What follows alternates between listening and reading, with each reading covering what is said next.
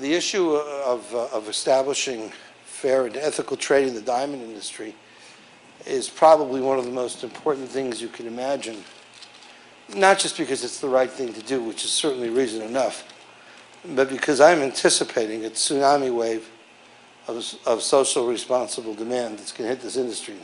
The fact there are so few people in this room is an indication of the astuteness of the diamond and jewelry industry to picking up new megatrends. But then again, I've been crying wolf for 10 years, or 11. I think Eric's been for 15 years. But for those who are willing to invest in gaining a better understanding of the issues, and for those willing to come to terms with the responsibilities that they have as jewelers, this offers a tremendous opportunity. It's not just the problems.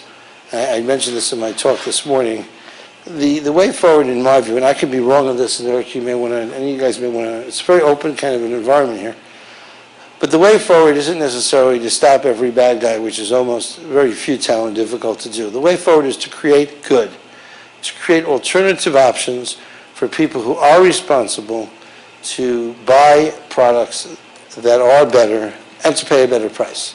Because if there is sustainable economic benefit to doing good, to having products that are monitored and products that are used to sustain economic development at the cutter or the digger or the artisanal or even manufacturing level among impoverished societies, if in fact you can do that and you can pay more for those goods, then it's sustainable. Then the people get better, the consumer gets, I call it a spiritual sparkle, other people could call it something else, but the fact is the consumer gets something. They get the knowledge that whatever it is that they're buying has helped make the world a better place or has helped the community. Now, everyone knows that the trick is to sell the idea behind the product if you're a retailer and not just the product.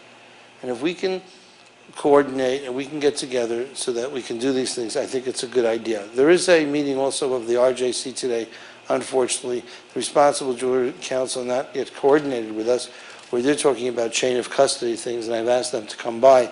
I've asked John Hall, who's their vice chairman, to come by after they finish to let us know what they're talking about. I'd like to pass this thing over to Eric Bromwich now, who can fill us in on what's going on and what he's thinking, and then maybe you as well, and then open it up for really roundtable kind of discussions. Eric, all yours. Okay, this is on. First, I want to thank Martin for organizing these conferences. I certainly don't have the capacity or the ability to do that, so it's really appreciated.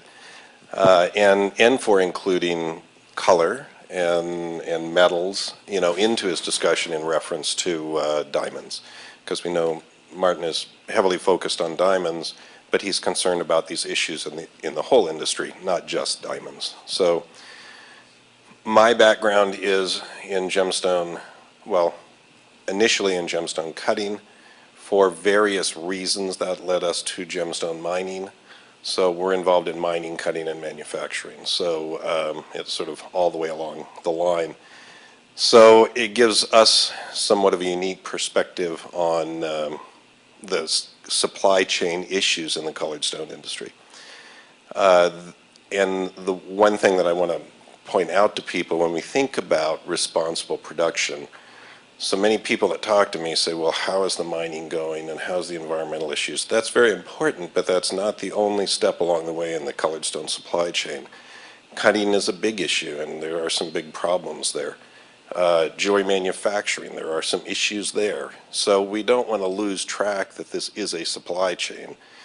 And if we're trying to address responsible production, it is all the way along that supply chain. What's the first stage for that? It's transparent supply chains, and our industry doesn't like that very well. Like saying, this is where I get my product. People don't like to tell people where they get their product. But the only way we're going to address some of these issues is to be more upfront and more open as to how and where that product is coming along the line. And if you're adding value to that supply chain, you don't have anything to worry about. People aren't going to go around you because you're a valuable part of that supply chain. But that said, it means that all those people along that line are a valuable part of that supply chain too. They are not just cheap contract laborers. They are not expendable. neither is the environments they're working in. So we need to look at it as a partnership all the way along the line. So that's my sort of opening comments, and Toby, I'll let you give some comments on what you're doing too. Okay, great. Thank you. I don't think this is yet working yet. Here we go. All right. So welcome, everyone. Thanks for being here. And I particularly also want to acknowledge Martin for your leadership, all that, like steadfastness in the matter. So thank you. My name's Toby Pomeroy. I am a jewelry designer, manufacturer out of Oregon. And kind of many of you may know some of the history, but for those that don't, I've been a designer manufacturer for most of my life, actually custom designer for many years, then a manufacturer for about the last 12 years or so. But when I learned about how devastating, how destructive metals mining has been, was really faced with a quandary where how do I proceed and feel good about what I do and be able to tell my customers that what we're doing is quality all the way through. And then I approached Hoover and Strong, asked them if they would be willing to set aside scrap gold and silver, purify that, realloy it with reclaimed alloying metals, so we could sell it then as eco gold or eco silver. So it didn't have any real, at least in this iteration, any real negative impact to it. Been doing that for a while, but the real interest has been how do we impact mining itself? How do we have mining be fair, be transparent, be support the environment, all aspects of mining that reclaimed metals aren't going to do that. So in looking for fair sources of gold, fair sources of metals that are sustainable, I have been exploring some sources from the Yukon, from South America, and through all of that I was invited to serve on the board of the Alliance for Responsible Mining. So I've been working with ARM now for about a year, trying to get up to speed with the intricacies of the whole business. It's just amazingly complex how to have metals mining, gold in particular now, be something that is traceable, that's responsible, that we have the support structures in place so that the people can be trained and developed who are committed to mining that way, and a transparent chain of custody all the way through. Right now it's so taken off. The UK has exploded as of February. They rolled out the Fair Trade and ARMED and the Fair Trade Foundation formed an alliance. So from this alliance, then the phrase fair trade and fair mind has come out as an agreement. The standards that were created by ARM have now been recreated inside of the Fair Trade Labeling Organization. So there are standards out there in the world that miners can follow to be certified in fair trade or fair mine. So that's my commitment here is the whole thing, that whether it's diamonds or color or whatever aspect, that we are producing quality, that we are expanding the jewelry industry by having a great story to tell. Instead of kind of pushing it under the rug, the things that we're not proud of, we can be leaders in the matter and make a real difference in having the jewelry industry be very well thought of as being supporting and empowering sustainability. This is great. Let's pick up from the fair trade goal beginning. Now let's assume there's a product that comes out of I think it's Oro Verde or somebody or some groups, and now that they have the fair trade certification, right? How is the chain of custody kept in terms of the fair trade gold effort as it moves along to an actual finished piece of jewelry? And how do you know that this jewelry actually has fair trade, or it's only fair trade gold? Can you have mixtures of other metals too? Maybe you can explain how we go from the because the Fair Trade Labeling Organization, I think it's Fair Trade America now, is the premier fair trade certifier. They do coffee, they do cocoa, they do Starbucks, they do whatever it is. So maybe you can just explain the chain of custody scenario so we can go further. Okay, great. So the Fair Trade Foundation is based in Europe, in Germany, I believe. And there's also an arm of that, which is here, Transfer USA, or Fair Trade America. Right now, the only place in the world that gold is certified as fair trade is in Europe, which is Ireland, Denmark, and British Isles, so like that. So when it comes out of Oro Verde, it's mined from one of two mines, the mining areas in Oro Verde, where they keep track of it all the way through. So in Colombia, if they're having it purified there, if they're having it refined, they will send it to the specific refiner that they have. And traceable by lot number, we know who mined it when, we know when it was sold, we know the family, and it comes through the refiner as that small batch. Ideally, the miners in South America want to get the money as quickly as they can, so there's a problem with small batches, because nobody wants to process small batches. So there's a number of problem issues here. But the traceability, once it's bought from the Amichoco, the Friends of the Choco or the Oro Verde people, it goes through the refiner, comes out into wherever it goes to. Right now, we're the only designer in the US that are using Amichoco or Oro Verde gold.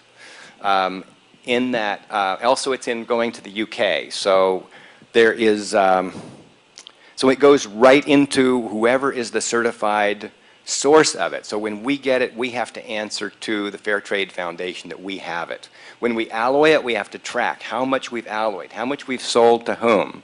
So we know what our reserves are. We know exactly who has it. There's no mixing available, no mixing allowed in the matter.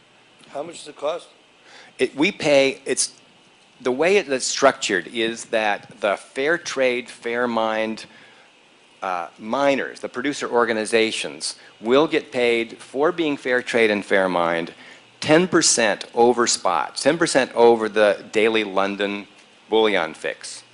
So they know they're getting that for the value of their gold, for being responsible in their mining, for being organized, for developing their community, for bringing health care, things like equal rights for women, no child labor involved. So there's a number of standards, quite an extensive list of standards that have been developed that if they're not following that, they cannot be certified. So having that certification then allows them to get that 10% over the spot price flat out. And if they are like Oro Verde and also an ecological refiner where there's no chemicals involved, no mercury, no cyanide, it's all gravitational, they get an extra 5%. So they're receiving 15% over the London fix. And when you sell this jewelry, how much more can you make for it? Well, right now, I would say the main aspect, the main focus for this fair trade, fair mined gold has been bridal. That's where people are tending to focus. I know Stephen Webster, as he's rolling it out in the UK, he's seeing the bridal collection as the way to begin it.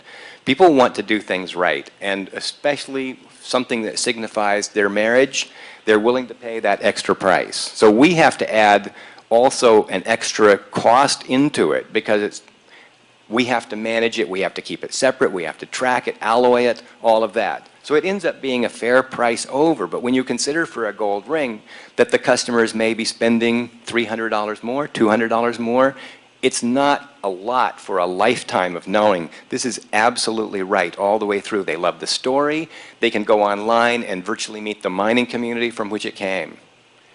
When you alloy it, do you also have to use fair trade copper and other materials? We aren't there yet.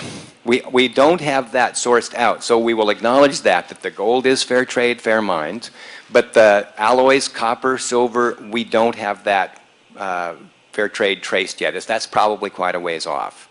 Overall, how much more would it, if you had two rings in your showcase or in your shop, one is fair trade, one is not fair trade, is like a 30% difference between the two? Is that fair?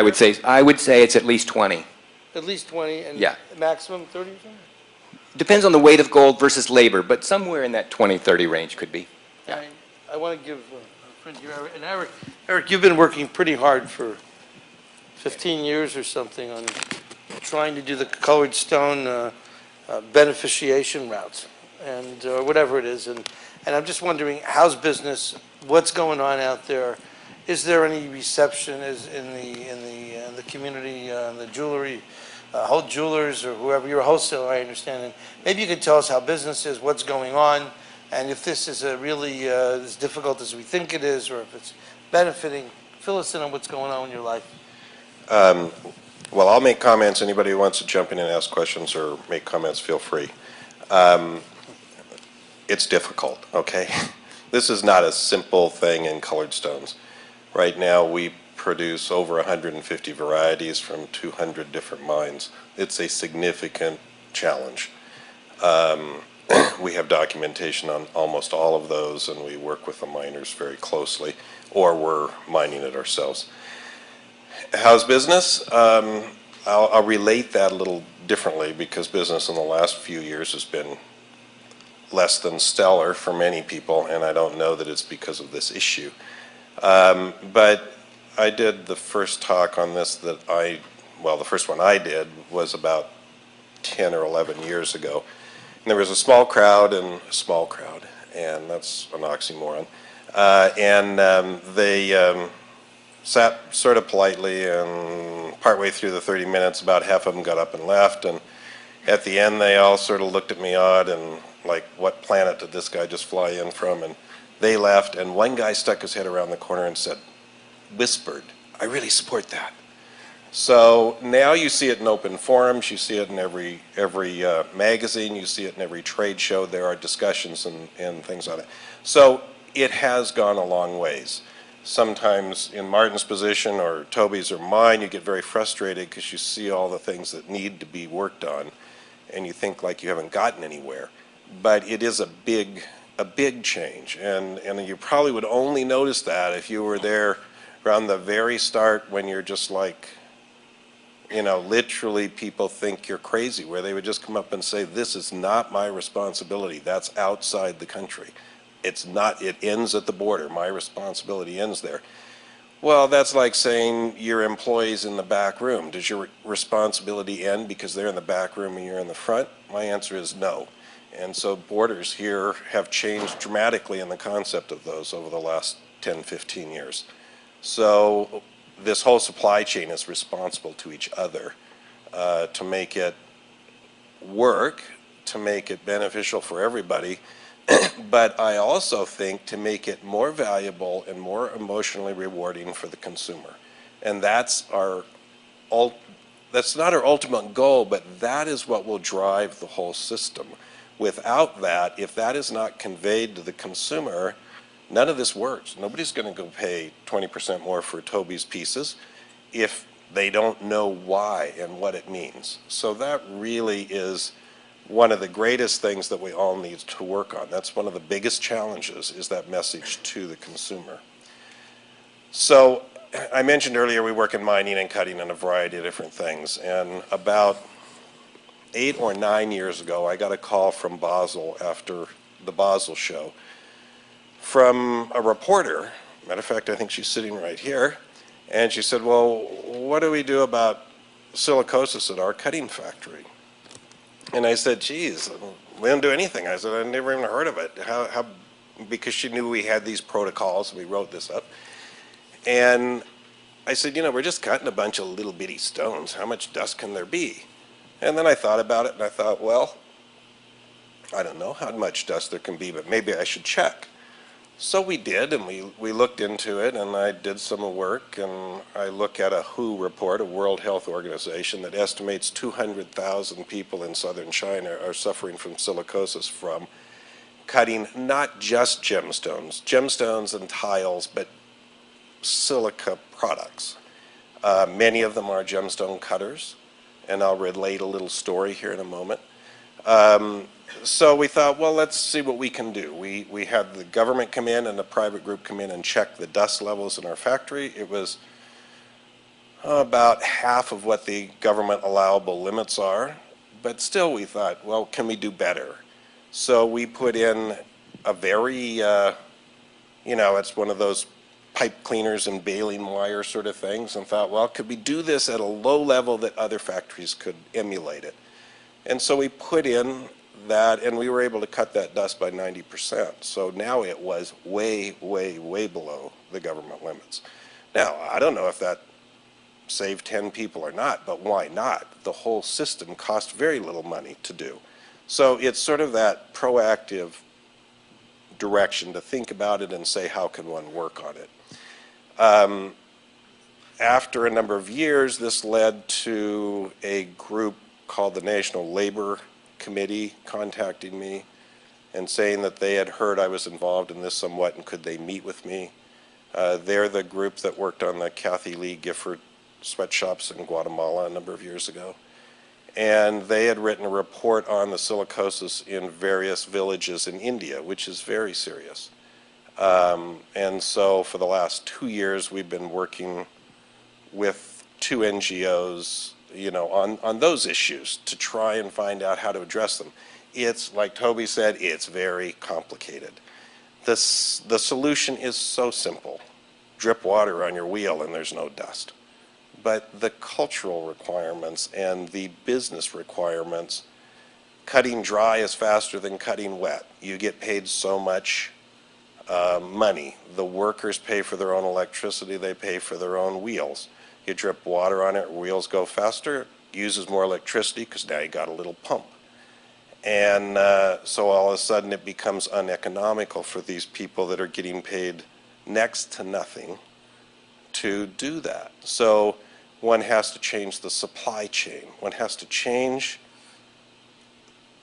the market if they're going to change that problem. And it is a big problem. And we just have another report that was done by a NGO in San Francisco, along with one in India, documenting the number of people that die each month from cutting. And it's not just India. I'm not just selecting out India. But it's an issue when you're thinking about mining and mine cave-ins, that's very critical. We have to look at that. But there's other things along the supply chain that we need to look at.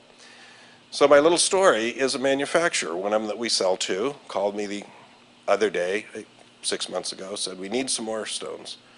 And, but we're not buying them from you, we're buying them in China. It's cheaper.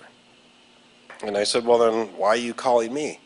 You already told me it's cheaper and you're already buying them there. And he said, well, we're having a hard time getting enough. And I said, well, that doesn't make sense to me. What you're using is very simple. And he said, well, they can't produce enough volume. He said they can't find enough workers. And I said, well, that's true. We're having the same issue. It's very low paying. It's dirty. It's not exactly fun for a lot of people. And there are other job opportunities that have come up.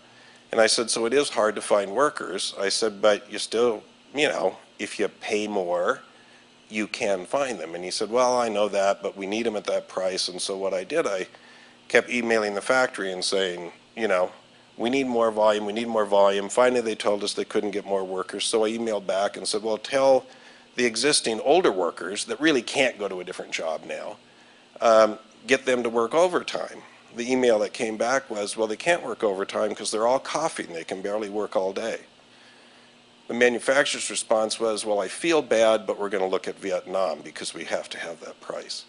So we're driving that problem in many cases. So we can't just look at it and blame it on others. In many cases, it's our industry driving that problem. So, and that problem, again, is not just silicosis. It is not just other issues. One of the factories I was in, it had just been raining very hard in China. People are sitting at their cutting wheels. There's light bulbs hanging from the ceiling from exposed wires. It's what you call a go down, so it's like 3 feet below street level, and they're sitting up to their knees in water. I mean, I can't believe somebody wasn't electrocuted, and maybe somebody was, but at least not while I was there. So there's a lot of things that we can look at and we need to look at. We're not going to solve them all at once. Our goal for my company is to address certain things that we can identify and that we can have an impact. And there may be other things, but we have to sort of do them as we have the ability to come along with those. So we are working on a number of places at the mining areas, which is funding, and which has been a real challenge. But funding villages that literally don't even have enough money to buy picks and shovels. That's most of the mines that we fund. We buy picks and shovels for them. And unemployment in the areas we're working is between 60 and 80%. So, it gives them an opportunity. But if we buy them the picks and shovels, this is our checklist. You have to fill the hole back up when you're done.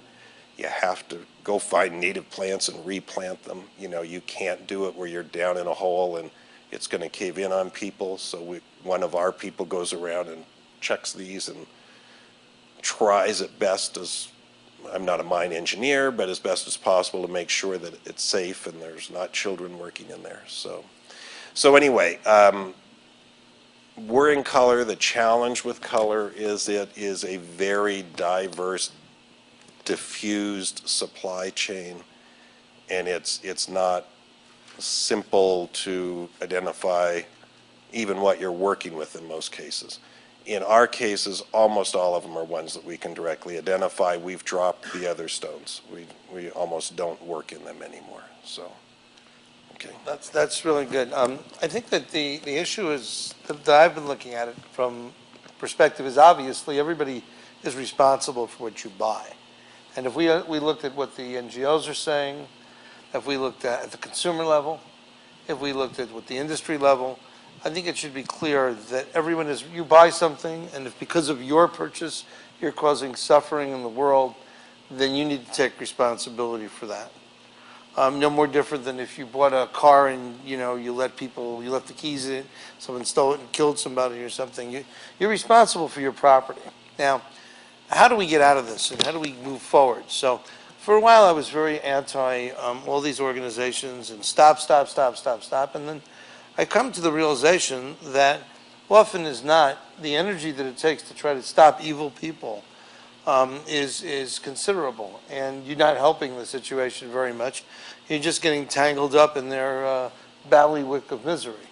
So it occurs to me that society gets the level of good or the level of ethics it's willing to pay for. And that means that what we need to do is, beside the fair trade organizations doing a good job in a very narrow, specific, focused, limited area, because it's interesting, they just started with gold, and that's a very well-known product. And I mean, how much gold are they putting out?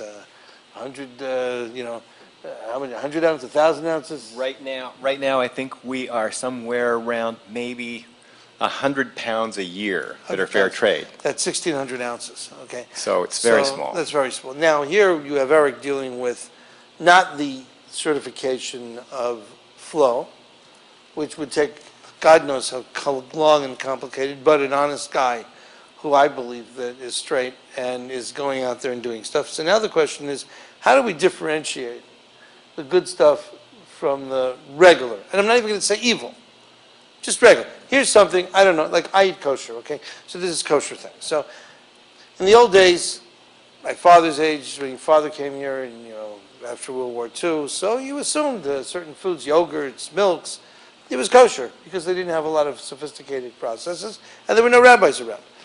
And so it was okay. Today they certify everything kosher, butter, cream cheese, it's ridiculous.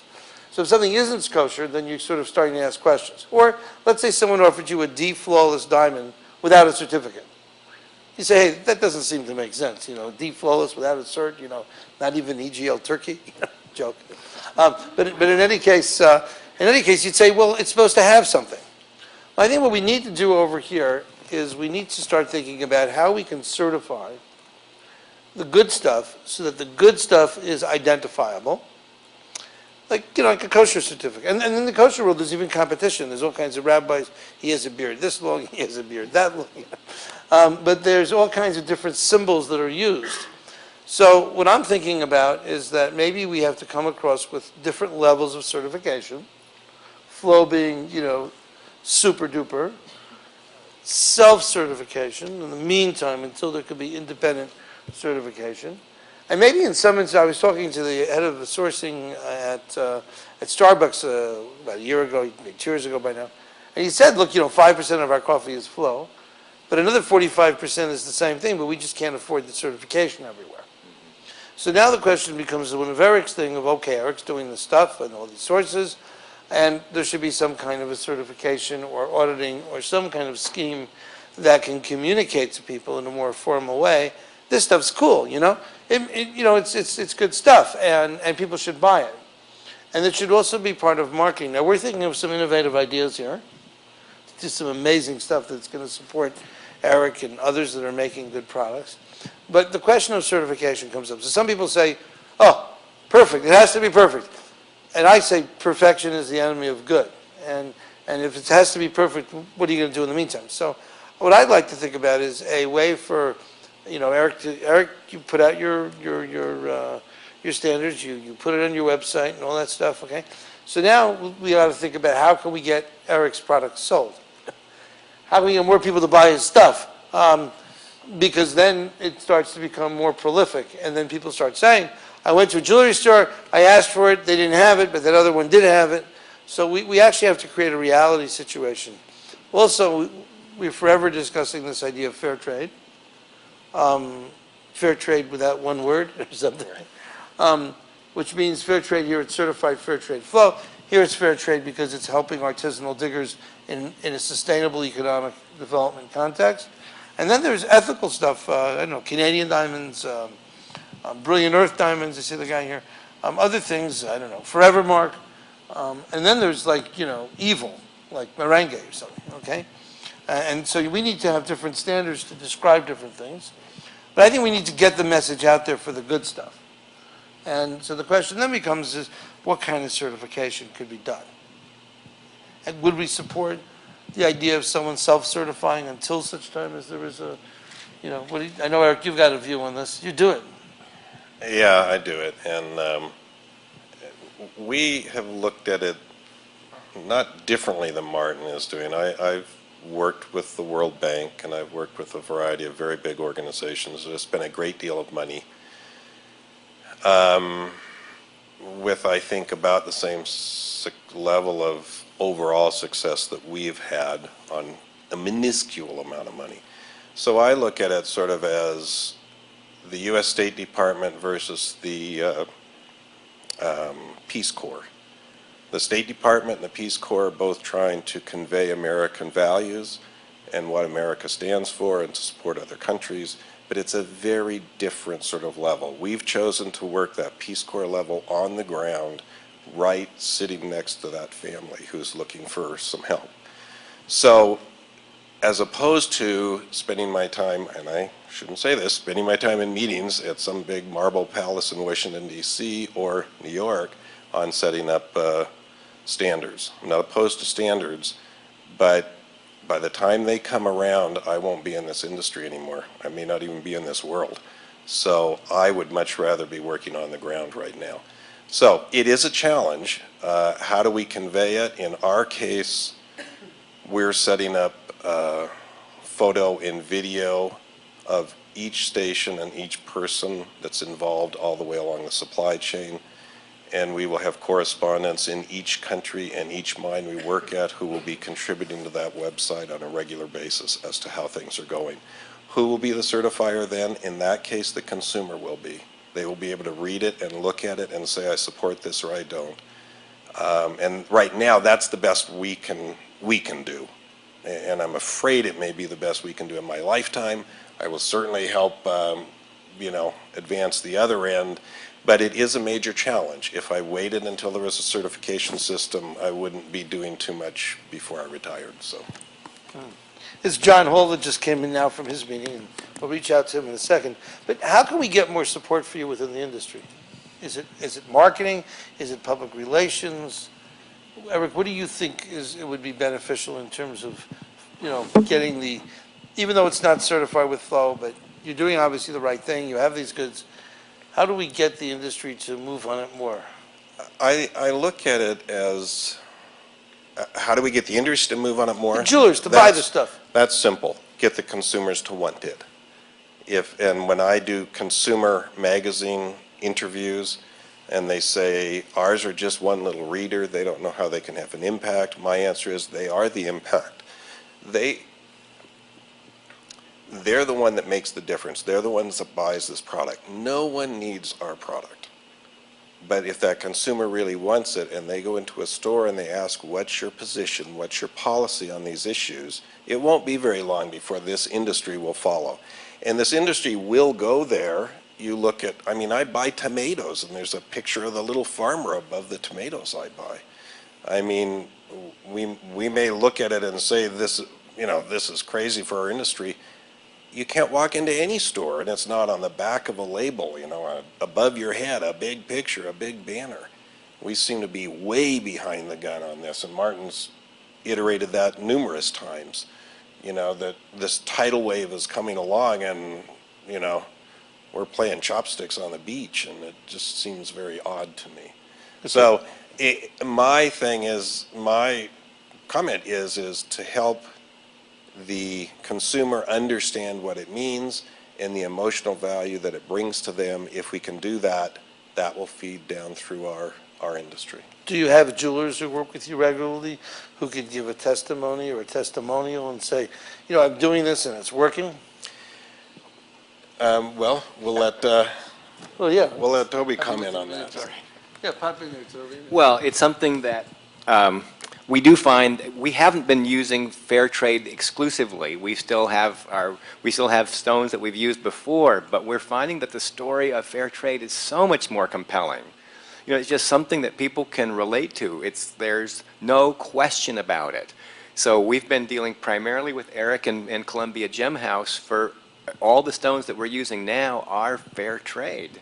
So I'm committed to it. I think that's the way the jewelry industry is going. Why don't we be leaders in that? Why don't we have our customers feel good, us feel good? The whole thing starts to shift when we can say we know we're doing the best we can possibly do.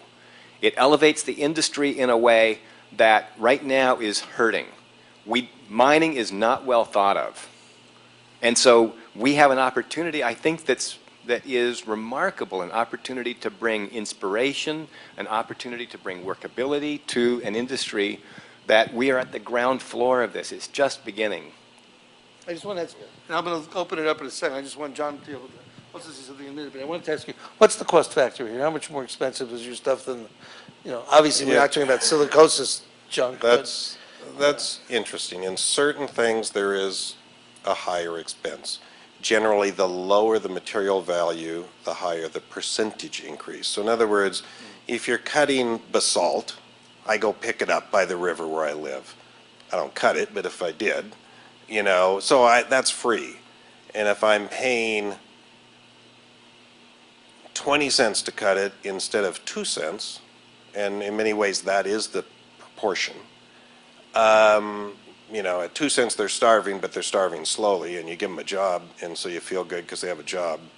In my mind, starving slowly is still starving. But so you pay 2 compared to 20. That's a big difference. On a $50 stone, it's no difference. On a $500 stone, it's completely, totally irrelevant. So where you see the greatest difference is in the very low end. Now, there are instances, like some of the leases that we have been able to get in Africa, where we have come in and said, we will do this and this and this for the community, this is how we will involve them. Then instead of getting a 2-year lease, we get a 10-year lease. That means we can much more effectively develop that mine, and in the end, the cost is less, not more. So it can work the other way, too. It isn't just more. Just digress for a second, if I go to John, how serious is this silicosis problem, and is it persisting today? Is it prevalent in India? Are people literally dying for some of the products being sold in the jewelry stores? Okay, I don't want to just throw cold water on things, but I have 2 reports here. Yes, they've documented in these couple of villages. And again, this is not just India. I'm not singling India out. It's basically any place where you're cutting gemstones. And to prove their point, they have photographs of the people before they get sick and after they get sick, and that's documented all the way along. Yes, it's every month there's people dying from silicosis. John, and that's absolute. There's no question. John just came in from a meeting where you were talking about chain of custody and how did that meeting go? And we're very interested to hear how we can apply certain standards. This guy's doing fair flow gold, which is the highest level, and you know, you can hear Eric. I believe he's sincere, very sincere. He's doing good work without the certification. But I'm very curious about RJC's movements in the area of chain of custody. So please. Thank you. Anything else you want to say is welcome to. Thanks, Martin. Well, look, the first thing I would say is that I think all of the work that you've been talking about today, with both chain of custody, standards for artisanal mining, standards for large-scale mining, which is more what the RJC is concerned about, are all related, and they're all important. So I think there are particular challenges around artisanal mining, of course, and I think that that's where some of the fair trade work is really significant. And I think it's already making a difference, and will make a bigger difference over time. And we've seen, of course, and as Eric was suggesting, we see lots of food products, coffee, and others that with a fair trade logo, and it speaks to consumers in a certain way about how these things have been produced, and the fact that the people who made them were paid a fair wage, and those sorts of things. And so I think it's all of this approach is interrelated, and it's all important. Now, in terms of chain of custody, you all are aware of the Dodd-Frank legislation here in the US, which applies to a certain part of the eastern DRC, and is designed to ensure that US registered companies don't use gold that has funded conflict in that part of the DRC. I think that sort of approach is the tip of the iceberg. I think we're going to see a lot more regulation, not only in the US but around the world. There's already talk, for example, of European Dodd-Frank. It could well be extended to cover other minerals and metals, and I wouldn't be surprised over time if it does. And so what that means is that we do need to understand how chain of custody systems work. And I'm not suggesting that there is only one way to do this. I mean, for a start, the way that minerals and metals and indeed other things, food and other things are traded is often very complex. The supply chains are almost always not linear. They're multifaceted. Things are often traded through many hands, etc., etc.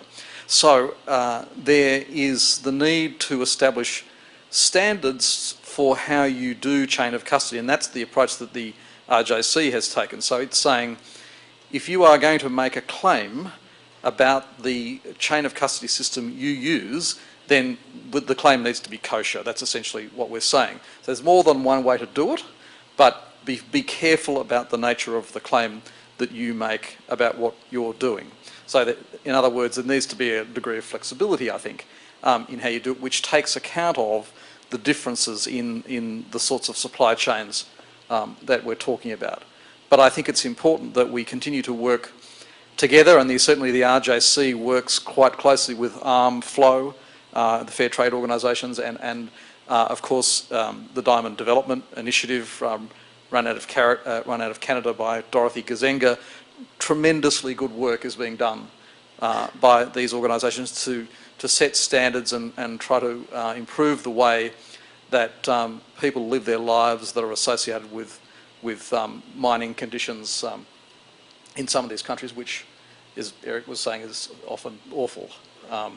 And if we can help by developing a consumer through pool for that, then that is fantastic, particularly in places like the US, because I think the other thing that's occurring is that people are more concerned about the provenance of the things that they buy. I mean, I think that's another trend that we're seeing here in the US, certainly in the UK where I live.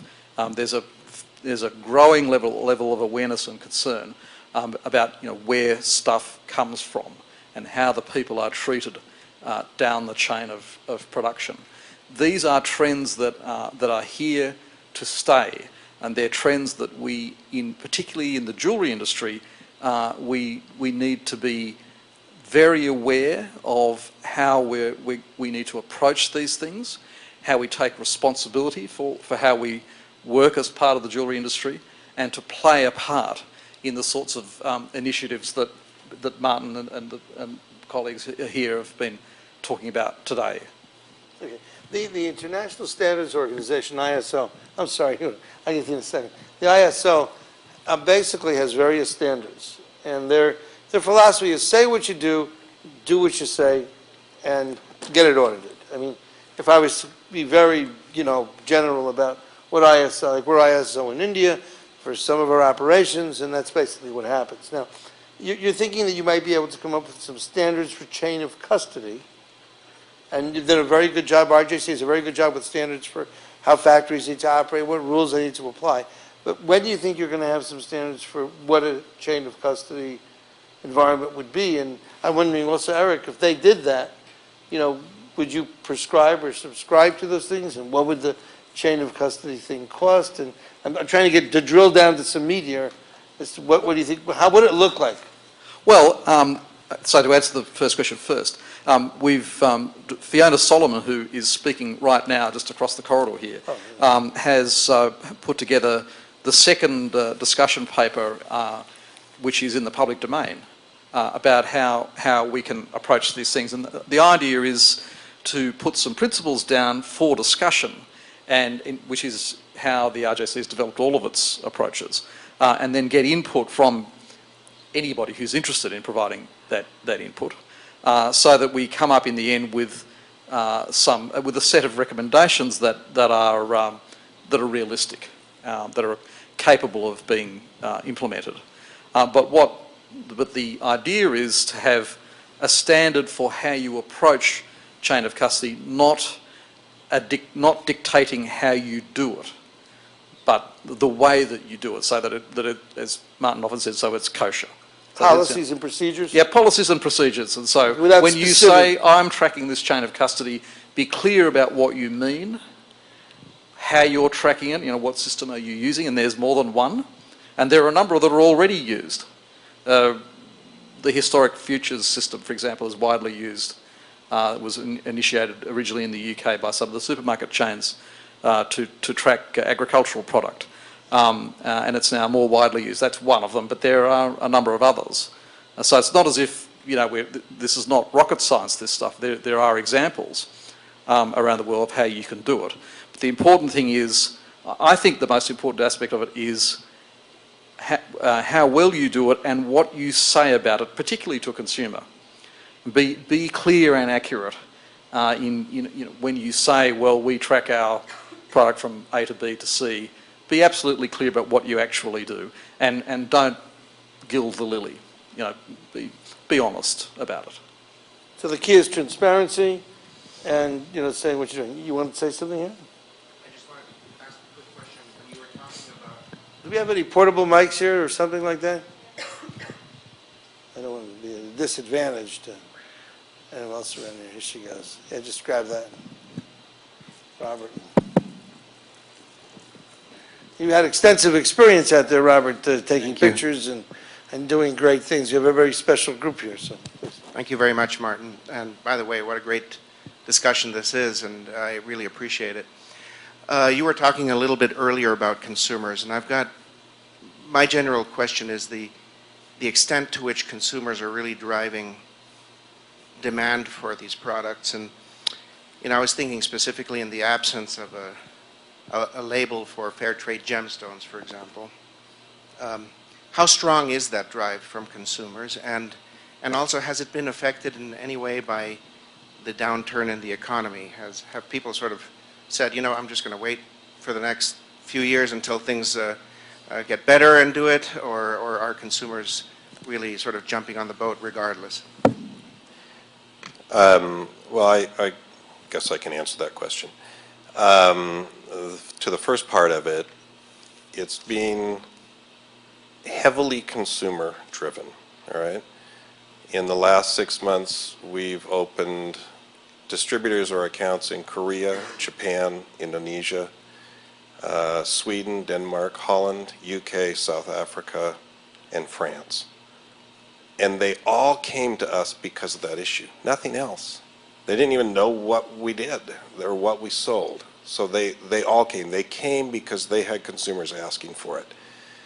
I was in a jewelry store a week ago and talking to them about the concept, and very thankfully, while I'm there, someone calls up and says, I want a traceable, tracked sapphire for a wedding ring.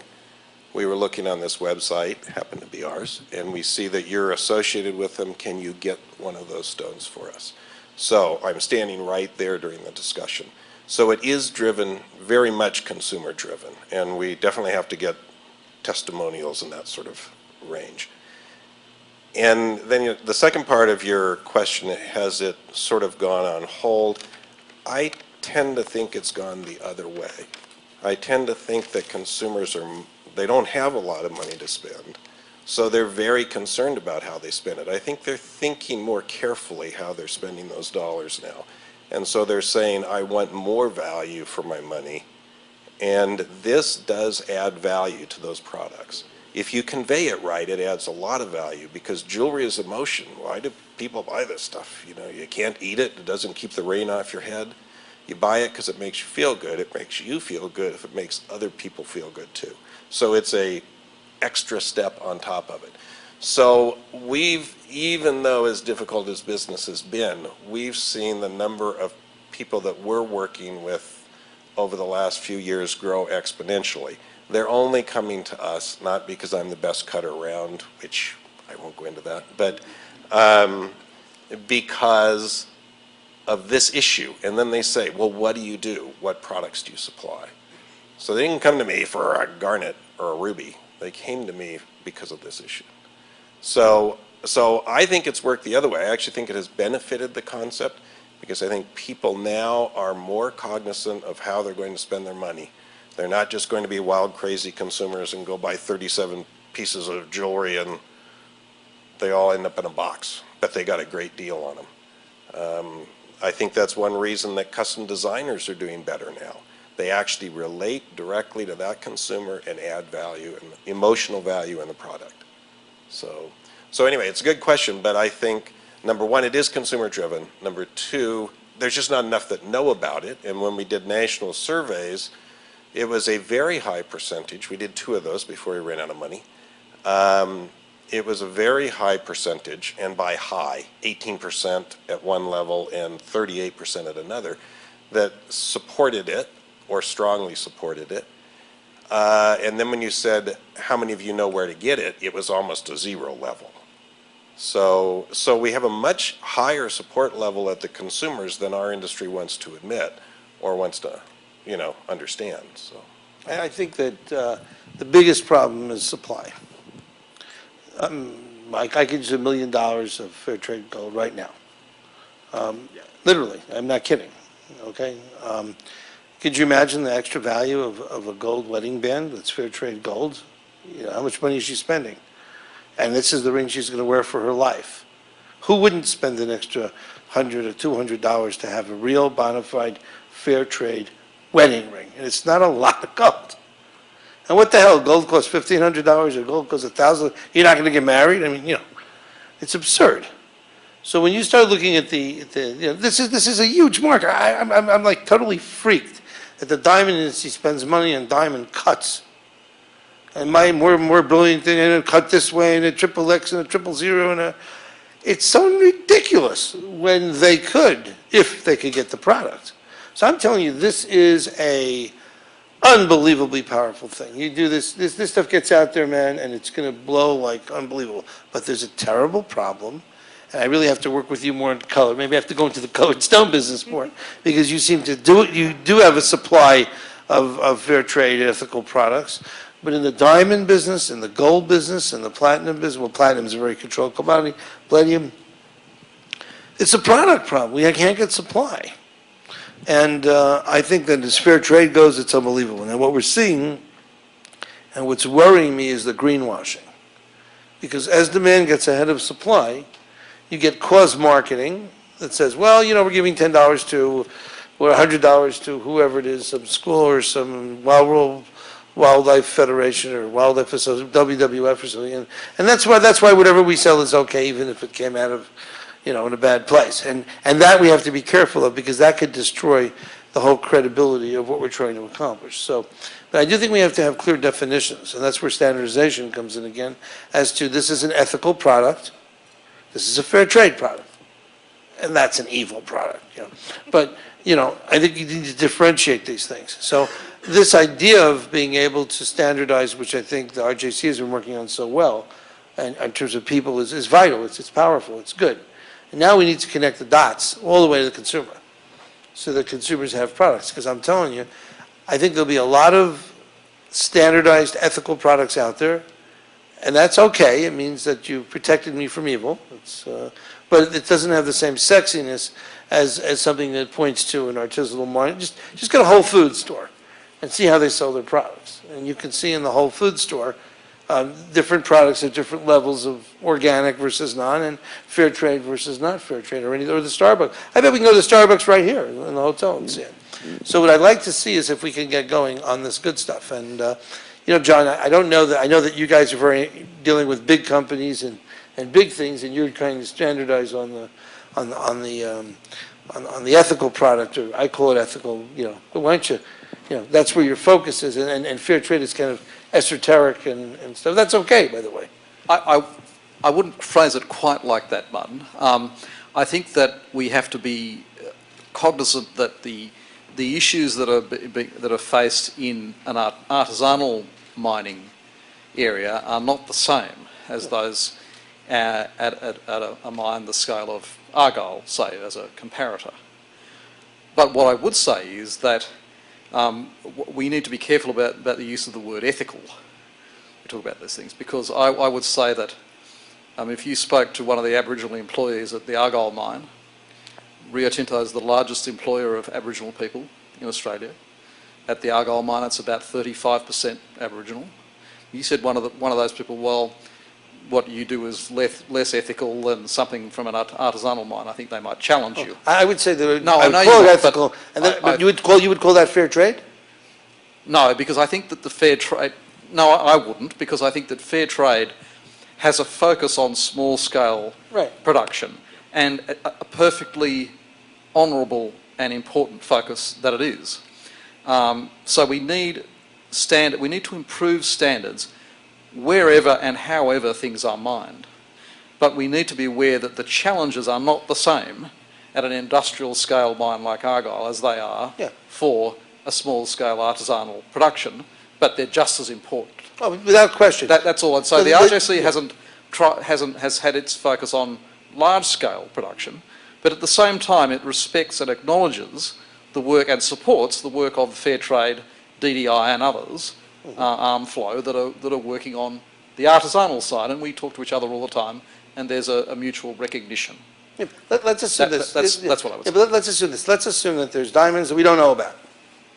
They're just generic. And I'm using ethical to relate to something like the Argyle production or the De Beers Forever mark or any of those things. I would use the word ethical there because, to my view, they are ethical. They don't do any evil. There is no bad stuff happening there.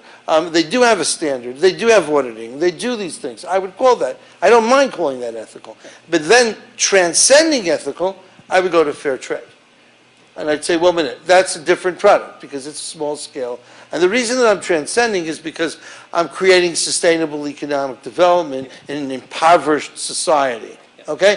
And so therefore I want to differentiate that. It's sort of what the flow standard would be, because flow, or FID, I don't know what they call themselves lately, but whatever it is, I don't think they would give a De Beers mine or an Argyle, even though it's a good mine, and even though they're helping people with HIV and they're doing a lot of good things, I don't think they would give them the fair trade mark, but they would give them, but we should still give them something. And the reason that we have to give them something, because I think it's vital to differentiate between these ethical products and, say, merengue say something that is questionable.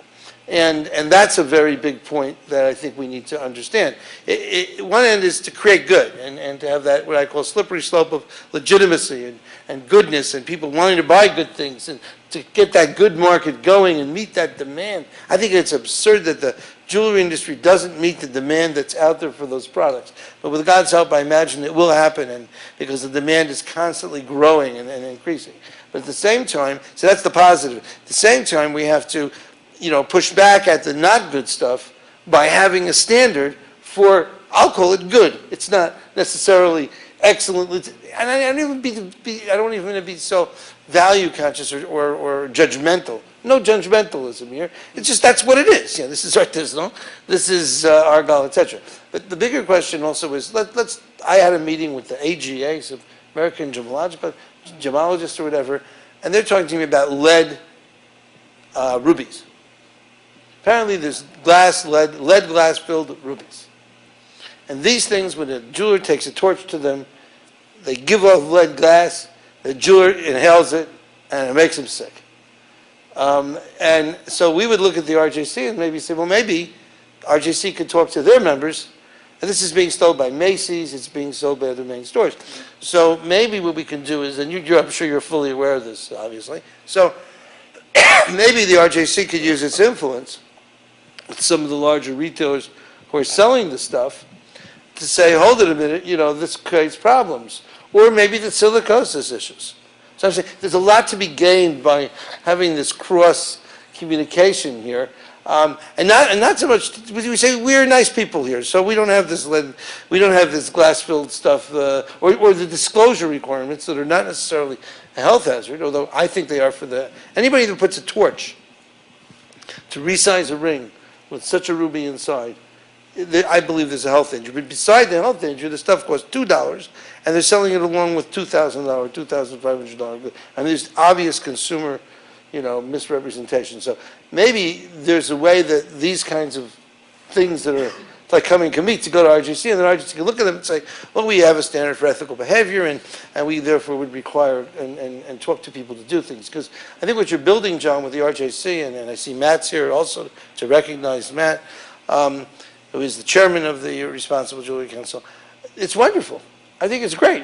You're creating these points of light where people are, putting themselves into these standards. And even more, you're raising their expectations. In other words, these people now say, well, we want to be legitimate. And they think maybe it's more powerful than it is, which is okay, because their perceived value, their perception is great. So if we can bridge your world and John's world, wow, that would be like cool, Well, I'm sure there is some bridging that comes in there, but and that needs to be done. But I'll give you an example of how vast that is. John may be working with governments and big companies for developing leases. Last week I got an email in from one of the co-op partners, and with the budget expenditures, and there was one bull in the budget expenditure. And I emailed, and it was a note, now we can't pay rent because we had to buy the bull. And I emailed back and I said, what the hell are we buying bulls for? And they said, well, a bull, like a cow bull. And they said, well, the lease, the chief negotiated with the little cotton farmer. He makes about $100 a year farming cotton, but he has 2 cows, and if he could have a bull for a year, he could have some little cows, and that would be worth a lot more than the cotton. And I'm sitting here going, oh my God, So, but it's very much, ours is very much like on the ground, very little scale. But we're after the same thing. So it's how do we come up with those guidelines and standards and directives that can deal with the bull, and now we can't pay rent, to dealing with a major government and a major operation that can bring significant benefits to that area. So the goals are the same. The definitions may be a little bit different. The structures are certainly different, but to add beauty and more value to our product, we can all work together to do that. So, Bill, I saw you raised your hand a second ago. You want a microphone? Yeah. Yeah. The idea is everybody should feel free and comfortable talking. This is why we're not up on that podium. We're down here, with everybody is. Well, I just wanted to applaud the good versus great or perfect kind of conversation, because we're all in a meeting like this, and people who can't be here today are interested in doing things for a whole variety of reasons. And if you got obsessed with fair trade as the objective, then I think you would do a disservice to a lot of ground that can be taken on any end of the spectrum. So, we use far more than 100 pounds of metal a year, and in one company, and nobody's even talking about silver, and that's predominantly what my brand features, silver. So our focus is on increasing the recycled content that we can this year. In the gemstones, we've used some of the Columbia gems where we can, and then to expand that, we also have tried to go more and more direct and to deal with people we know who can say things about them. And because we can't travel to every place, we ask for photos, we ask for letters describing their conditions and their wages and things like that. And so we apply our own thing. Ultimately, our pitch, our initiative is called Clear Conscience. Because we think that the consumer is interested in that. But I think what you're speaking to is the division between fair trade and organic in the coffee world. There are things like fair trade that provide community beneficiation and development that can be ongoing, but then there's a whole world of organic, and I think the organic equivalent in jewelry for metals and gems and manufacturing and the whole process is about social and environmental impact. And it's really about that. And the interesting thing is, time and again, the consumer does get freaked out about things like blood diamond movies and that kind of conversation, what they hear about conflict metals, conflict diamonds, conflict gems. But more than anything else, they're concerned about the environment. And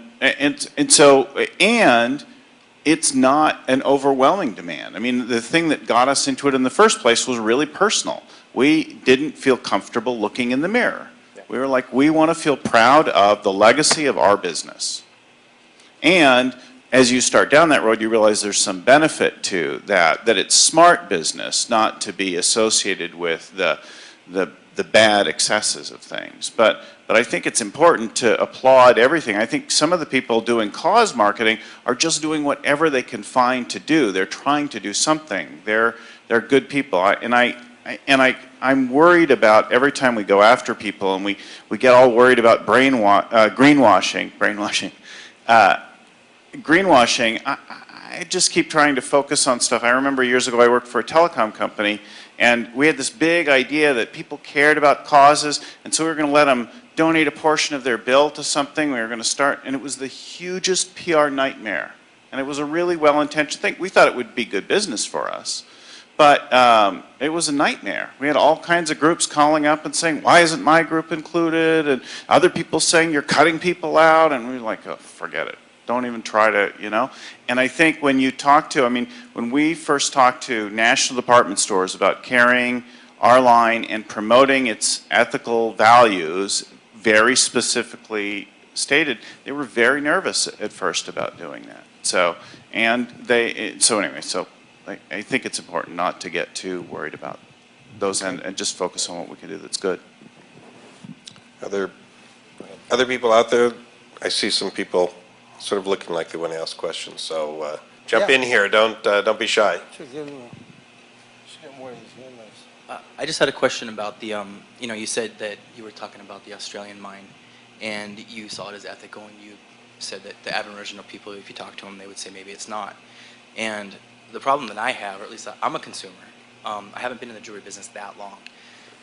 Speaking to the mic a little. And the thing that I get from the people that we talk to, especially when it comes, or I'll start back, a chord that Eric hit with me is he said he filled the diamond, he filled the mines in, the gemstone mines, he filled them in and planted. So when you talk about ethical diamonds, Canada and Australia, wherever, not coming from Africa, there's an eyesore left behind. And you just mentioned the social and environmental responsibility. I feel like when you say ethical, I feel like the social and the environmental, those are both two things that amount to ethical. Now, when you look at a diamond mine, what's left behind, it looks like a natural disaster. So how do you approach the ethical side, but also get rid of that environmental atrocity that's left behind? It's a complex question. It's quite true that you can't mine without disturbing the earth. And it is also true that you should disturb it as little as you can, so reduce the footprint. And modern mining methods are quite focused on reducing the footprint. And you should also manage the biodiversity impact. And ideally, you should leave a place better than you found it. It is not always sensible to try and fill the hole in, by the way. That's not always the best way to rehabilitate an area, because it can cost enormous amounts of money to put a lot of dirt back into a hole. Sometimes it doesn't make sense to do that. Sometimes it's better to use offsets. In other words, to buy and preserve some forest somewhere else. They call that an environmental offset and that sort of thing. But ultimately, there should be a net positive environmental and social gain from doing mining. So it seems to me that what we're talking about is sustainable development. It means ensuring that the wealth that you create, and it's an extraordinary amount of wealth that we create from mining, because let's face it, we can do nothing without the products that mining, no society can function without the products that mining provides. So it does create wealth by, if you like, transforming resources from the ground into products.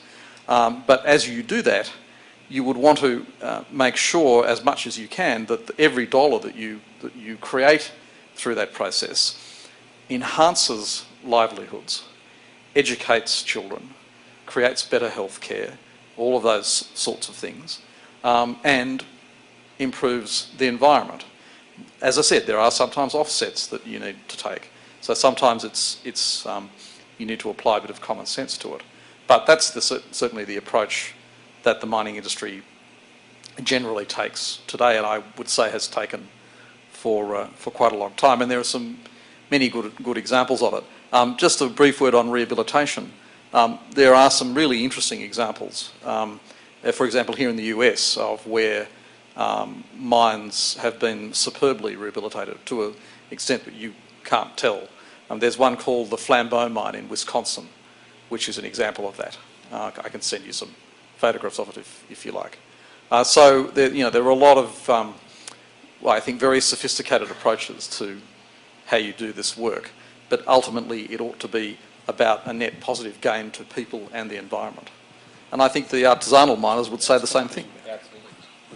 Does the RJC have standards for that? Yes. So there are standards for this. Yeah, Matt, the you wanna RJC say has something? standards that cover all those issues. You want to say something, Matt? Can we get we got to get another one of those microphones. But we're not going to let you. We're not going to let you. Nah. Thank you very much. Eric, I guess this is a question directed to you. Both John and I are on the board of the Diamond Development Initiative, and I appreciate there's some significant differences between diamonds and colored gemstones from a value proposition. Would there be value, in your opinion, to organizing some sort of an informal session so that folks in the colored gemstone community might learn what DDI is doing, and from that then be able to take that away and think about how it might be applied more systematically within the colored gemstone industry? So I agree with the concept of connecting dots. I'm trying to connect a dot, as we sit here and we're all talking about this. There's always value in discussions internally, but I think that what John said earlier is one of my concerns, and has been my concern, and I think Bill brought it up here with various different certification systems. What is one certifying? And when someone came to me the other day with a major U.S. retailer that had just been, and the ads that they brought, that had just been certified as a responsible, ethical U.S. retailer, and I about had my blood pressure give me an aneurysm. They were certified as that the supply chain they claim they're using, that they're following it. It's like an ISO type certification, is my understanding. But that's not what was promoted. It is not what was said.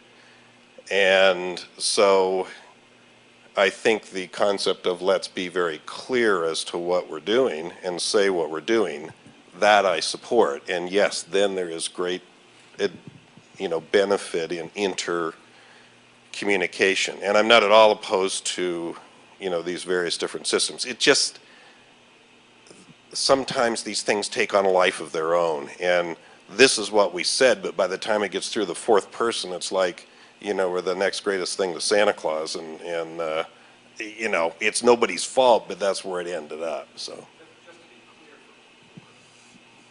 For everyone's benefit, the Diamond Development Initiative isn't about certifying businesses or applying standards to chain of custody.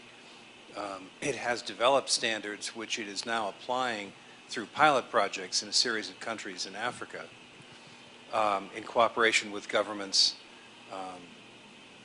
grant funders, and civil society to demonstrate that it is possible to apply standards to small-scale artisanal mining, and as a result, sustain and help to develop the communities with rewards returned. And I was responding to what you said earlier about your work, which we all know quite well, and wondering whether there might be some parallel learning from one experience to the other.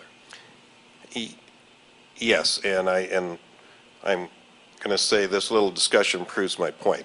I assumed that he was speaking about the supply chain documentation of retailers in the West.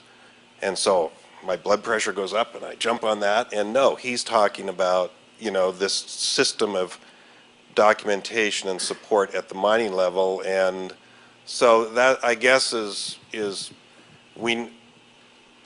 I need to be careful what I hear, you know, and so we all need to do that. Matt, yes, absolutely. I would love to hear what you're doing there, because that could help us a lot, or kill us. I don't know which, but at least I'll know.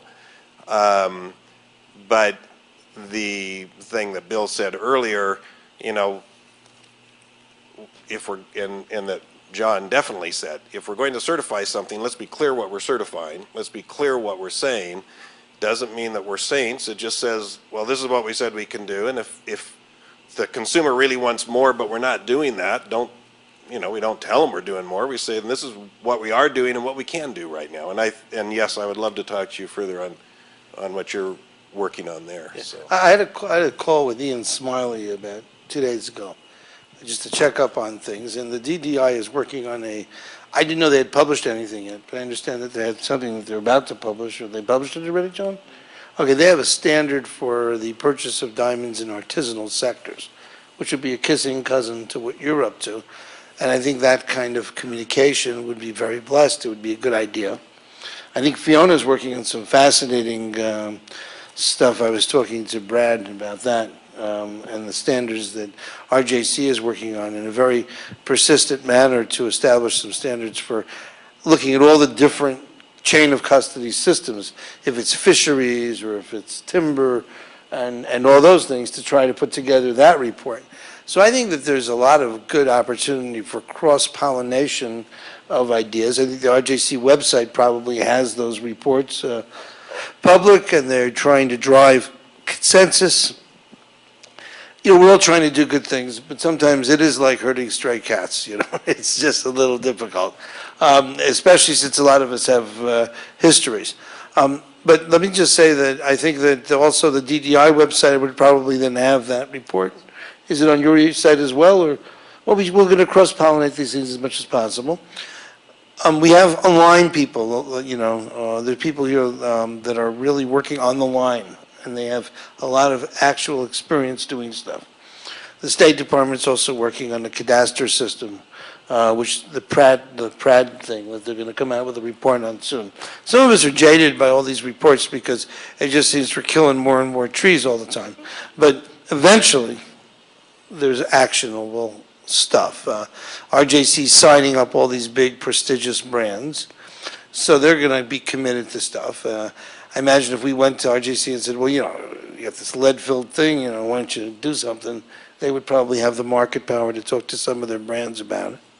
And RJC would come to you and say, you know, Eric, you've had all this experience with community development and dealing with what the needs of the cows and the bulls are. And you know, that's invaluable to someone like Dorothy, who is coming at this from a very academic or another environment. So I think that there's a lot of good opportunity, and that's why one of the reasons I'm glad we do these meetings, I'm glad we do these things. There are other things I could be doing in Vegas. They were waiting for me at the craps table, but, having said that, this is one of the reasons that it's so nice to do these things. People come together and they talk, and if we can cross-pollinate, it'd be great. You want to say something, Sue? Yeah, I wanted to share an insight more than ask a question. That's great. I wanted to just share an insight. I was recently at the ICA Congress, and the focus was on fair trade. And I met a young woman who is a up-and-coming designer. She has her GG, went to GIA. I don't remember at the moment what college she's going to. I think it's in Nevada. But she gets to pick her major, and she picked a major of fair trade, ethical jewelry designer. And I thought, that is really cool. Now she's doing a thesis on this. She's moving in that direction. She's mentoring with some other designers who are working in this area. And I thought, pushing this on an educational level would also bring up the demands from consumers and everyone in the industry if this is part of a curriculum and part of a way of thinking. You're entering as a new designer and you're thinking this way from the get-go, then that will perpetuate these things. And I thought perhaps the industry might consider being a part of pushing that from an educational standpoint, not necessarily just GIA, but also colleges that help bring up manufacturers and designers. So I just want to share that. Far hiding in the corner, way back in the corner. Looks like Bev, hard to tell, but I can tell her anywhere, even at a great distance. And she works with GIA with an amazing background at Ben Bridge, and she is extremely passionate about this subject, as you can see her nodding. You got to keep your eyes open when you're hanging out at a Rapaport thing, because you get all these interesting people showing up. But anyways, I think Bev would be a good person to talk with that. I know that we've had this thing on Al Jazeera a couple of days ago on this Sierra Leone thing, and the public broadcasting network keeps turning it around, and we get dozens of calls from volunteers. We had a talk with, we do also a conference in New York. We always do the afternoon on fair trade, and we do it in Basel. And we've had the University of Colorado at Boulder's mining school come to us. So I have a young woman. She's not here today because she's getting married next Sunday. And by the way, I should mention, because Ariel Pollock, that's her maiden name, and I believe her other name will be something else, but let's assume she's going to keep her maiden name. Ariel Pollock is working for Rapaport, just doing this. That's her full-time job, just doing fair trade. She's passionate, and she's organizing volunteers. So I think that if we can we have about 50 to 100 people that would like to do something, and if we can get students involved, yeah, this could be totally, and if we can get GIA involved a little more. I've talked to the students at GIA every now and then, and they're so passionate about this. They're so excited about the opportunity to participate in something like this. It just turns them on. They light up like little Christmas trees.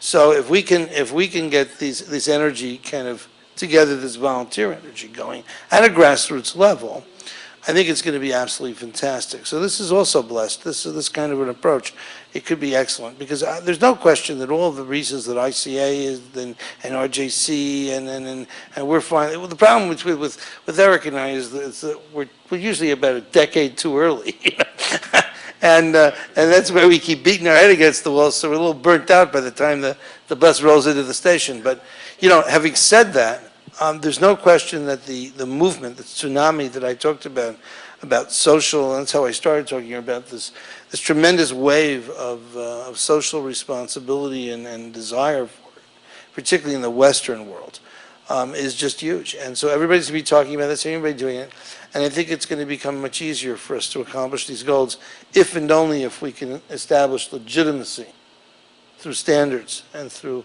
transparency and through honesty. And if we can, and I accept your point not to be too freaked out about the, was it brainwashing? No, greenwashing. I'm just joking.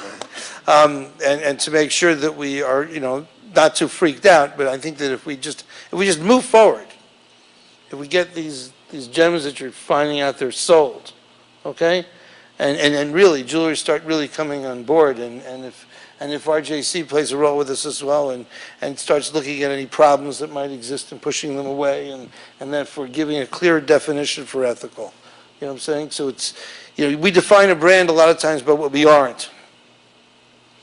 And also what we are, promise to the consumer. But a lot of times you go to Tiffany and say, give me a K color, and they don't have it. It's not in the store. But you could be a big customer, they just don't have it. So, we define sometimes what we're not. And if RJC works together, when we hear things about lead rubies or this issue, I know you had sent me an email about, how long ago was that? It was about half a year ago on the silicosis in India specifically. And I had talked to, some of the people in the GJPC and they didn't want to hear about it. But maybe working through the RJC and bringing up, and these, sometimes I get passionate because people's lives are sometimes at stake, and then it makes me go a little nutsy. But if we can work in a nice way through organizations together, and I know you were very passionate about the silicosis problem, you were really beside yourself when you sent me those emails. Yeah, so you go ahead, say something. Well, I was talking to an Indian diamond cutter, today that seems to have a lot of the same positions I do. So it's always nice to talk to somebody who reinforces your own beliefs. Even if you're wrong, it makes you feel better. So, but there's a lot of issues. It's not just silicosis. There's a whole lot of issues, like the level of pay. How many of you would work to cut a strand of beads and you make 11 cents? That's the pay. Why are they paid that much? Because that's the system that supports it.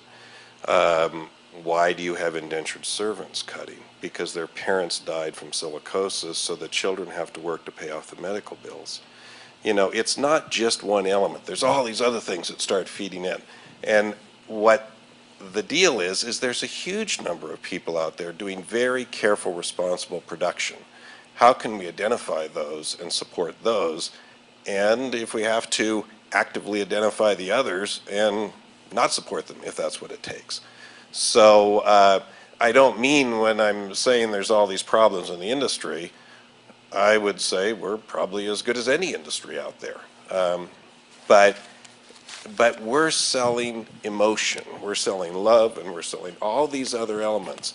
So we need to be better than I think you guys mine iron ore also, but than an iron ore mining company. We need to be better than some of these other industries that are producing very base products, because, and even food in my opinion, because honestly, if your kids are starving to death and somebody says, boy, this food was produced in a horrible manner, your choice is, well, so I'm going to let my kids starve to death? No, you're still going to feed your kids.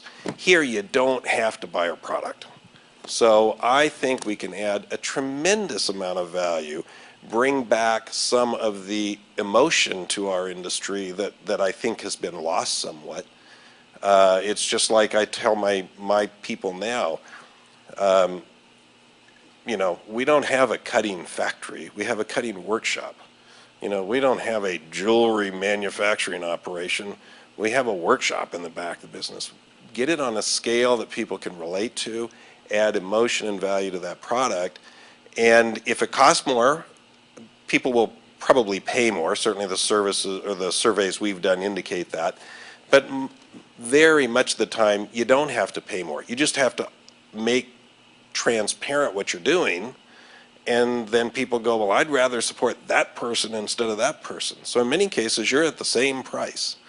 So my sort of mantra is, if this sort of production system won't work in the jewelry industry in a product that no one in their right mind needs, then it's not going to work anywhere.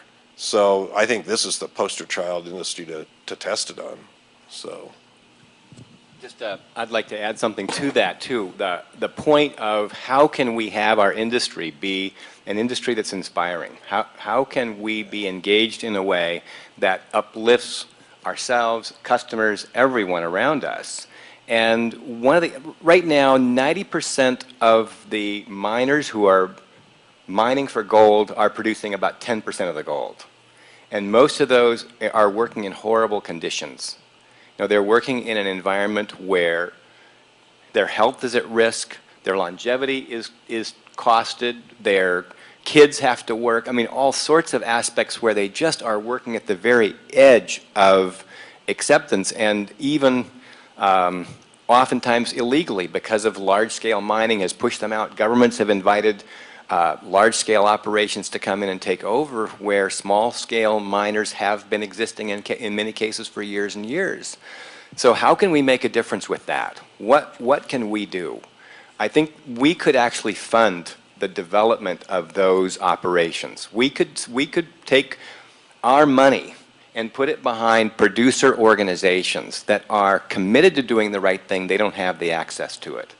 Then there are people who can't, like Eric. We give Eric money to get out in the world, expand his organization, to have mining be done consciously for gemstones and responsibly. And all of a sudden there's a chain of custody. You get to feel really good about what you're doing. You could promote, like you could share with your customers that this is what we've taken on. You could work through ARM and be a funder of some producer organization, that you're a small village somewhere, a small artisanal community that's taking mining to a whole new level and inspiring the whole mining industry. So I think there are many opportunities for us to participate in ways that we haven't thought of yet, ways that we could get behind what exists that's not working and have it work and everyone benefit. I think that's excellent. I think, Bob, which one side with you? I think one of the things that we need to do is also to start certification of some kind to let people know, hey, these are good dudes, these are good guys, these are good sources. And that's perfect. Maybe we don't have the flow thing yet, or maybe we don't have it's only a voluntary chain of custody or whatever it is, but we're saying, hey, here's dots of light, everybody. Here's places that you can go to do business, and these are good guys. And I think that if we can start promoting the good, that would probably be a cool thing to do. So I'm going to think about ways that we can do that and encourage that.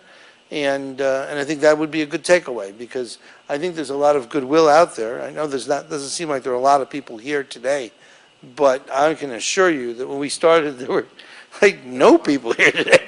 And this is, so I'm thinking very strongly that, no, there are a lot of people that would come aboard. And if this thing was sustainable, when I say sustainable, I mean that the dealers made money, the artisanal diggers made money, the retailers made money.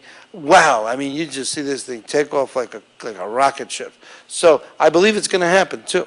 So I'm very positive about what we see here. And I think if we can identify where people can go to get the stuff that's good, then in fact those people will get more business, and then the thing will start to turn over and start to have a good thing. Johnny wants to say something? I just wanted to, you're absolutely right, and I just wanted to point out that there are already companies, RJC member companies, that have been certified. In other words, they've gone through the audit by a third-party auditor and have been issued the certification by the RJC. So that is actually happening right now. And I think between now and the end of the year, there's more than 100 RJC member companies that will go through that process. And over time, I think it does create, if you like, a virtuous circle of organisations that are, increasingly meeting these standards, and so we gradually lift our game across the board. The only real concern is this chain of custody issue, which is why I'm glad that you're addressing it with Fiona. But if you got and it's just not just RJC. Let's say a guy says, I'm the greatest guy, I got good labor practices, and I got this and I got that.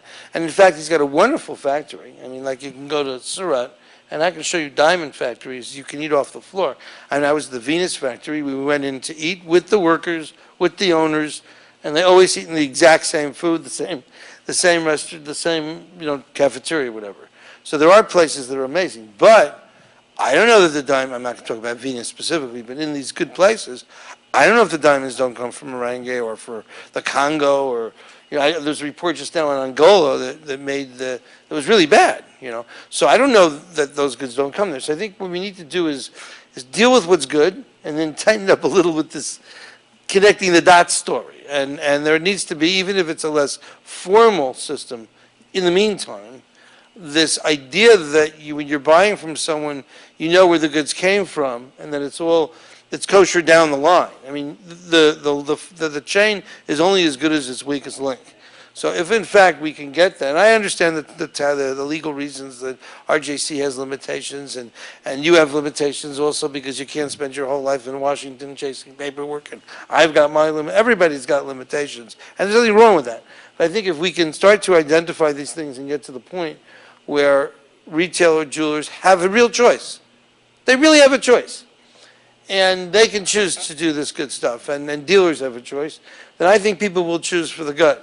I'm almost certain of it. And I think they're going to make lots of money, because in the end, it's that economic incentivization, and everybody should make profits from this. So I think that if we can start with the certification or this indications, and you're right, if you got these companies, we're thinking, I'm going to start breaking my head here to think how we can actually create an enabling environment for certification or for letting people know that these are good guys.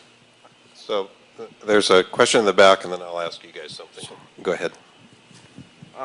Okay, this is Rob Bates of JCK. It's kind of maybe out of left field question, but sometimes on the web you see companies that sell CZ and they call it synthetic diamond. There's companies that aren't that don't do what I would consider the ethical, but they promote themselves as ethical companies because they sell synthetic diamonds rather than, and a lot of their stuff is misleading. So I think we all agree there's considerable consumer demand for this, but how does the industry get together and kind of combat things that are promoted as ethical but aren't necessarily ethical, or perhaps don't have the kind of benefits that say fair trade gems have, or even Botswana diamonds have? Well, you're speaking to the challenge, just like people who are advertising going out of business sale and they run it every 6 months. There's even laws in reference to that, and it's hard to get people to follow it. I think my opinion, the best way to address that is proactively. Yes, you will have people do that, but I think those that are working really honestly in a very straightforward, transparent manner, go out and show people what the alternative is. Provide the alternative. It's sort of when I meet with my senators, I love to complain, but I always tell them that I won't meet with them unless I can complain and then have a proposed solution. They may think it's ridiculous, but at least I have a solution.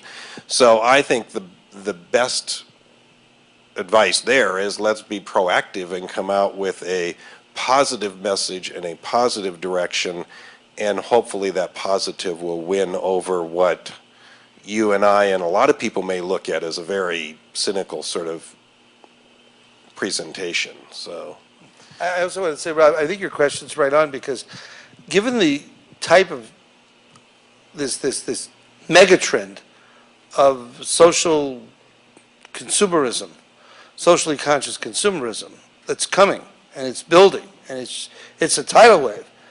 The demand is there, and if we don't meet the demand with legitimate products, other people are going to meet the demand with illegitimate products. So it's like incumbent upon us to put good products out there. And I think that that's one of the things that the industry may not be doing, meeting its responsibilities to its consumers, because consumers want it and we're not giving it, and it would really make the world a better place. So I think that the major jewelers, they're going to have to take their head out of the sand. And I personally believe in competitive economic forces. So if somebody has a store and they have some fair trade jewelry, and a consumer walks into another shop and they say, I want some fair trade, and they say, we don't have any, and the salesman sees the back of the guy's head as he's walking across the street to another shop, that's it. That's what's going to make it happen, because it's going to be about the guy saying, I need this. I need tennis bracelets, I need earrings, and I need fair trade jewelry, because I'm going to lose some customers. So, I'm hoping that we'll get into that competitive mode, and that will drive it, Rob. But I think you're very right that there is a danger here. And Martin, I think we do have that competitive mode. That's happening. We're seeing that in the UK right now, in Europe, where fair mined gold is out. There is no possibility, there's not close to enough gold in the world to supply the demand right now. It just does not exist. So our access to that is to support the development of all the people who want to get it done. And I do have some information for ARM if you would like to find out about how you can contribute to the developing, supporting the initiatives where small-scale and artisanal miners are developing certification practices where they can really operate sustainably and be in a community that really works. I just wanted to add in, how to make some money, because you're all kind of talking around that, and we've done very well the last couple of years because we quickly moved on some of the trends. And I think there's two big things going on in jewelry. It's common knowledge now that Saks and Neiman Marcus are doing exceptionally well as retailers. If you look at this show and you look at the Basel show, the top end of the market is doing exceptionally well. So our message has been that the ultimate luxury is a clear conscience. And we've been trying to tie into that on the top end of our goods. And then the other end is personalization. And the floors are just filled with companies doing bead programs down there right now. And everybody's trying to put out something that is personal and unique. And we've been saying now for the last year that you don't have to trash the third world to express yourself in the first world. And that idea that these personalized products that you're buying that really are meant to express you shouldn't express all that other stuff, and driving awareness. And I think, everybody, I'm not worried about competing with anybody in this room. You all should find your own ways of expressing some of those things, but those are two very big trends. And if you can find a way to tie some of this to that, that's a good thing.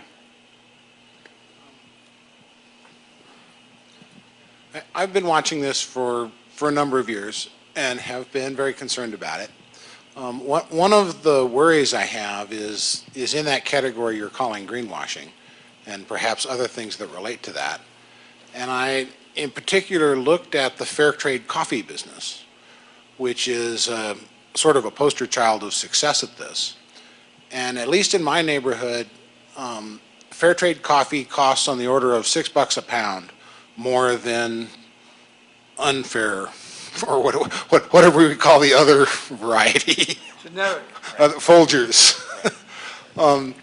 And when you look at the fair trade rules, 25 cents of that goes to the coffee farmer, and $5.75 of it goes to the distribution chain and the shippers, and the fact that the fair trade people distribute through my local hippie co-op, and Folgers distributes through Kroger Mart, and they have a more efficient system.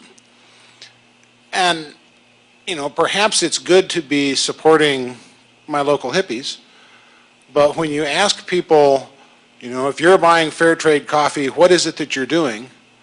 They say, well, we're supporting farmers. And you go, well, 5% of what you're doing is supporting farmers, and 95% of what you're doing is supporting UPS because they ship less efficiently than the Folgers do.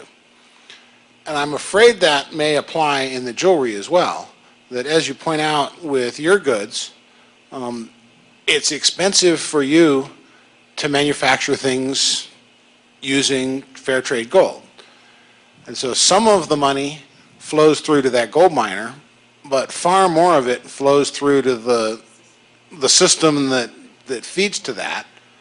And would it not be better to have the jeweler at the back end say, well, rather than selling you this ring that costs $300 extra, and we're going to do good things with that, and $30 of that supports a responsible mining practice, how about I'll sell you a ring for $200 extra, $100 of that I'm going to feed directly to a responsible mine or supporting a school that I support or whatever I do, and the other $100 is going in my pocket.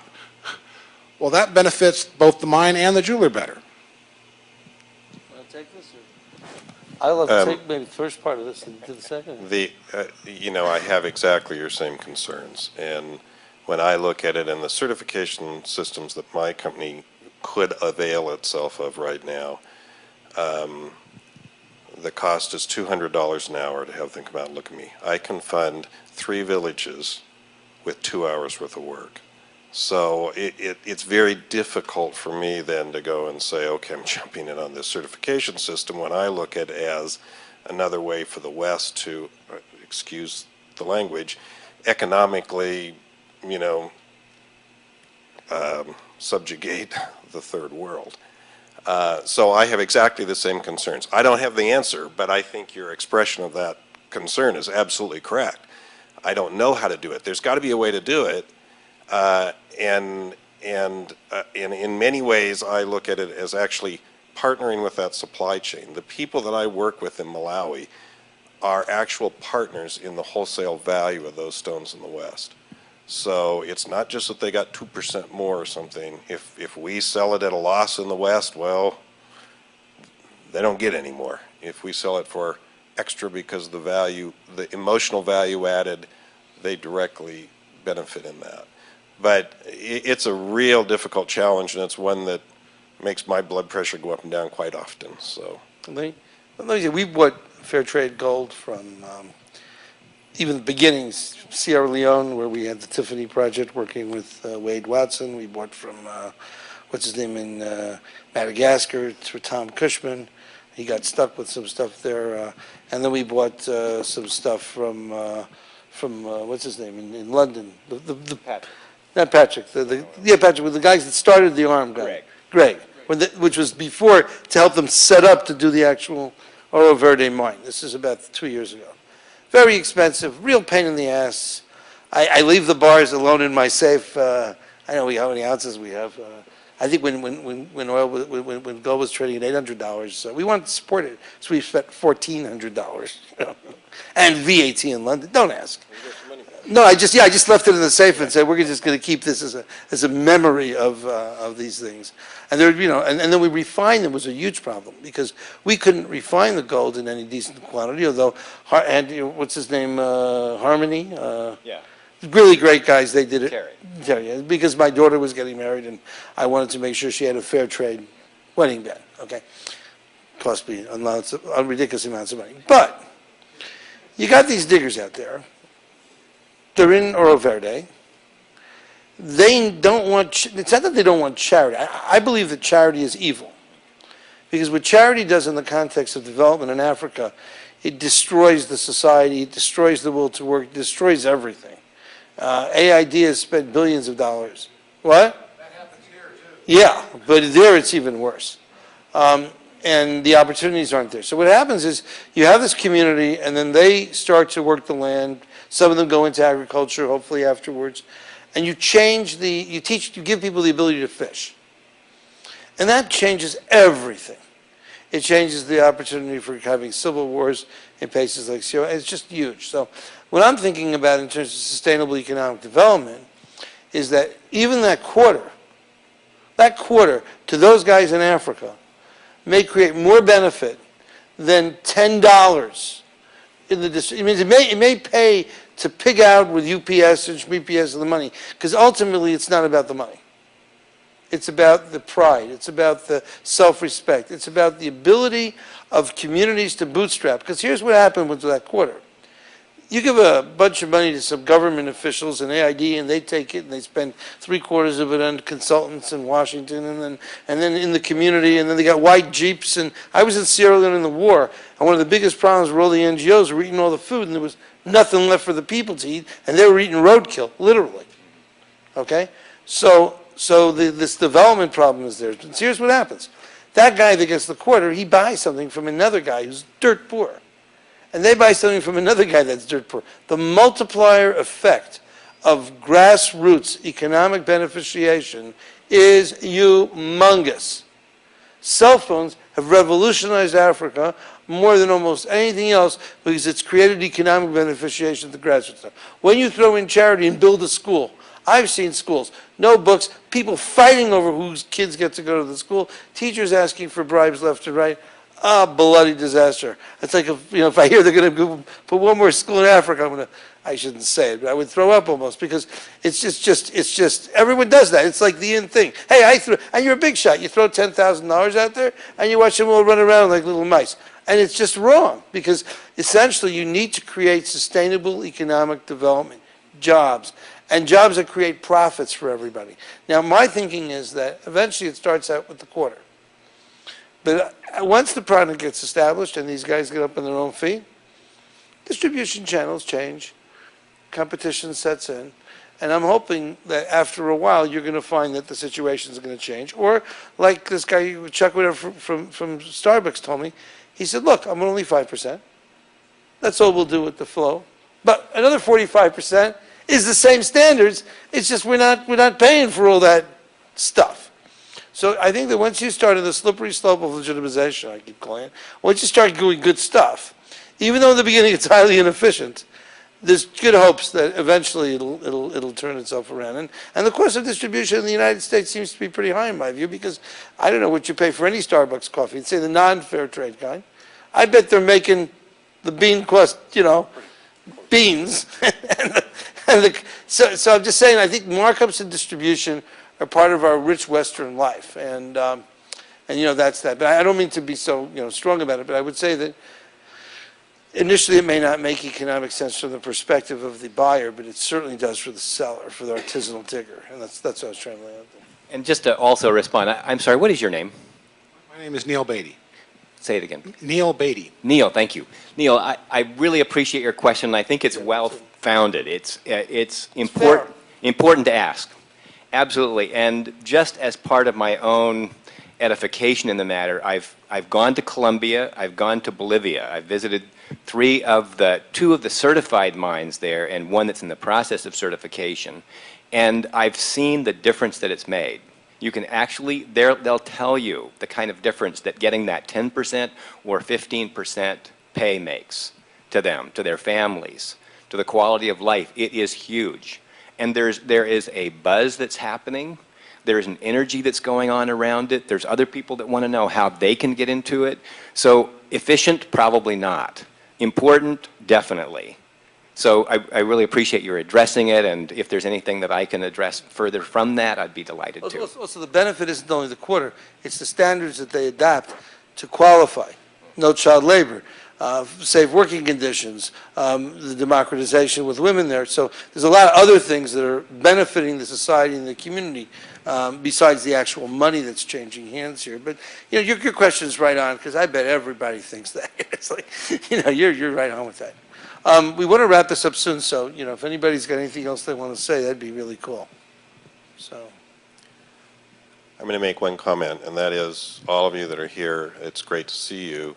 And I'm sure one or two of you, this is sort of the go forth and preach, the 12 apostles go out there. You all, maybe one of you is looking at us like we're still a lunatic, but most of you are not. And you each have some special thing that you can contribute. Try and identify what that is. Figure out how you can use it. It may be a contact. It may be just the way you do things. It may be a senator who I talk to all the time on this issue.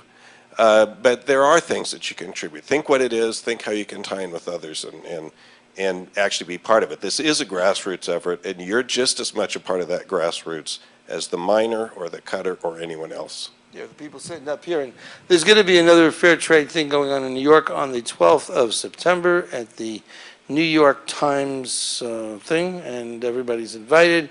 I encourage you to visit the RJC website, see what you can learn, see what you can find out. The ARM website. Absolutely. Definitely visit Eric's place. Buy some stuff from him, for heaven's sake. He's got his neck out there so long. I feel sorry for him. And we're going to have Ariel doing stuff at fairtrade@diamonds.net, and we'll try to point to other websites that you can go to. And we encourage everybody to just grassroots, try to do whatever you can and communicate. And we will be coordinating with Ariel as soon as she finishes getting married. An effort to kind of bring volunteers together to do different things and to try to move things along. So thank you all very much for being here today, and it's nice to see y'all.